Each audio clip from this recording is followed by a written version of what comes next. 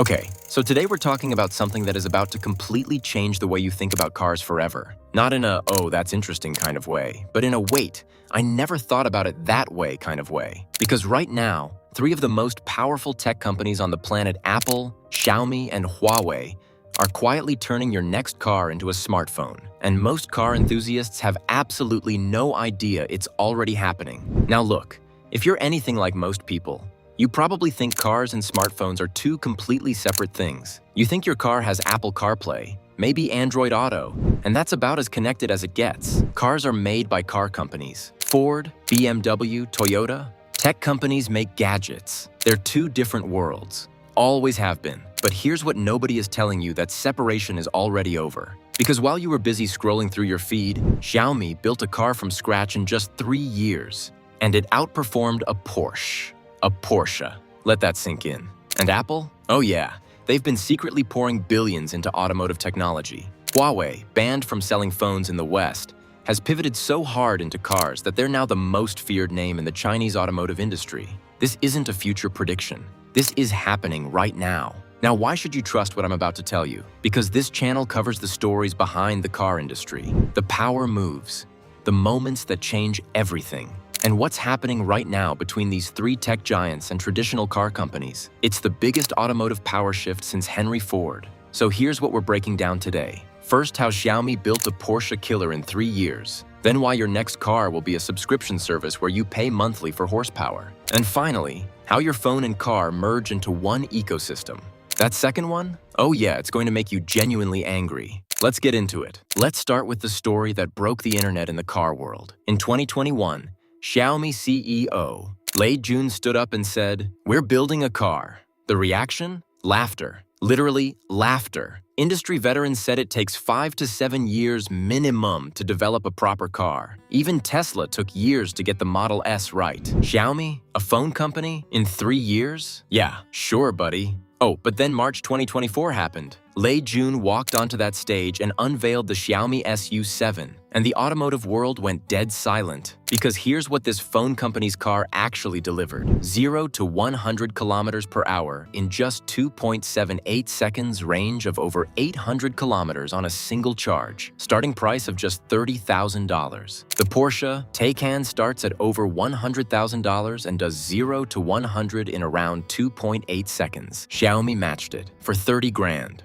Oh yeah, and they sold 100,000 units in 27 minutes after launch. 27 minutes. That's not a car launch. That's an iPhone drop. So how did a smartphone company pull this off? Simple. Traditional car companies start with the engine and figure out software later. Technology is almost an afterthought. Xiaomi flipped that completely. They started with the software. They started with the user experience. They used their battery tech from phones, their AI chip expertise, their manufacturing infrastructure, and they built a car like a tech product, not like a car. And that is what should terrify Ford, BMW, and Toyota. Because Xiaomi proved you don't need 100 years of automotive heritage to build a world-class car anymore. You need software. You need data. You need a loyal ecosystem of users. The Xiaomi SU7 isn't just a car, it's a statement. But if you think a $30,000 Porsche killer is mind-blowing, wait until you hear how these tech companies plan to make money after you buy the car. Because this next part? Oh yeah, it's going to make you angry. Imagine this. You buy your new car. You pay your $35,000. You drive it home. You love it. Then one day, you want the full performance mode, the fast acceleration, the sport suspension. And a notification pops up on your dashboard. Unlock performance mode, $49.99 per month. The hardware is already in your car. It's physically there. But it's locked behind a paywall. Sound insane? It's already happening. In 2022, BMW rolled out a subscription for its heated seats. Hardware already installed in the car, $18 per month just to turn it on. The internet exploded. People were furious, but BMW wasn't embarrassed. Because they knew something consumers hadn't figured out yet. This is where the entire industry is heading. Here's what the fully realized tech company car model looks like. Base tier, standard range, basic features. Performance tier, $39.99 per month, full horsepower unlocked. Autonomous tier, full package. All of this hardware is already physically in your car. You've already paid for it. They're just software locking it. And here's the psychological trap. Think about how Apple does it with iCloud. You start free, Then your photos fill up, and suddenly you're paying every single month without thinking twice. They'll give you a 30-day free trial of performance mode. You'll feel that acceleration. You'll love it. And when the trial ends, oh yeah, you're going to feel like something was taken from you. That feeling is the entire strategy. They're not selling you a car.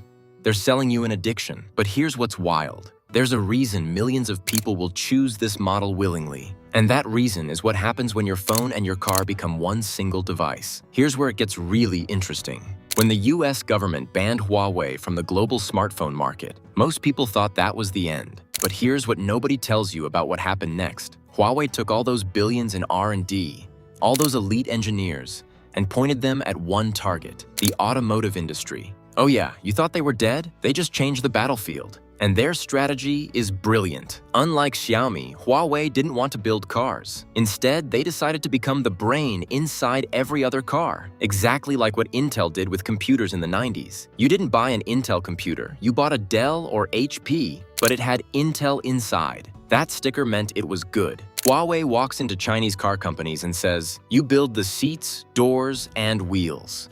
We provide the electric motors, the self-driving AI, and the entire operating system." The result? Their AITO branded vehicles are consistently outselling Tesla in key luxury segments in China. Traditional automakers are looking at this and panicking. Their in-car software feels like a DVD player from 2004 compared to what Huawei is doing. Meanwhile, in the West, Apple made headlines in 2024 for what appeared to be its biggest failure ever. They canceled Project Titan, their decade-long $10 billion plan to build a physical Apple car. Apple failed. Apple gives up. Tim Cook admits defeat. But here's the truth. Apple didn't give up on the car. They realized they don't need to build the car to own the car industry. So they built a Trojan horse instead. Think about CarPlay in your car right now. It takes over the middle screen. 79% of car buyers say they will not buy a car without CarPlay. Apple knows they have you hooked. So they quietly introduced next-generation CarPlay. And next-gen CarPlay doesn't just take over the middle screen. It takes over every screen in the car. Your speedometer, your fuel gauge, your climate controls. When you get into a car with next-gen CarPlay, it won't look like a Ford dashboard or a Honda dashboard. It will look like an iPad. Porsche and Aston Martin, two of the proudest car brands on earth, they already bent the knee. They're the first brands to adopt it because they realized a terrifying truth. People don't care about the car's software. They care about their iPhone. So Xiaomi is building cars. Huawei is becoming the brain. Apple is hijacking the dashboard. What happens to the companies that have been building cars for the last 100 years? The answer is one word. And once you hear it, everything will make perfect sense. That word is Foxconn. You know what's written on the back of your iPhone? Designed by Apple in California, assembled in China. Apple doesn't build the iPhone.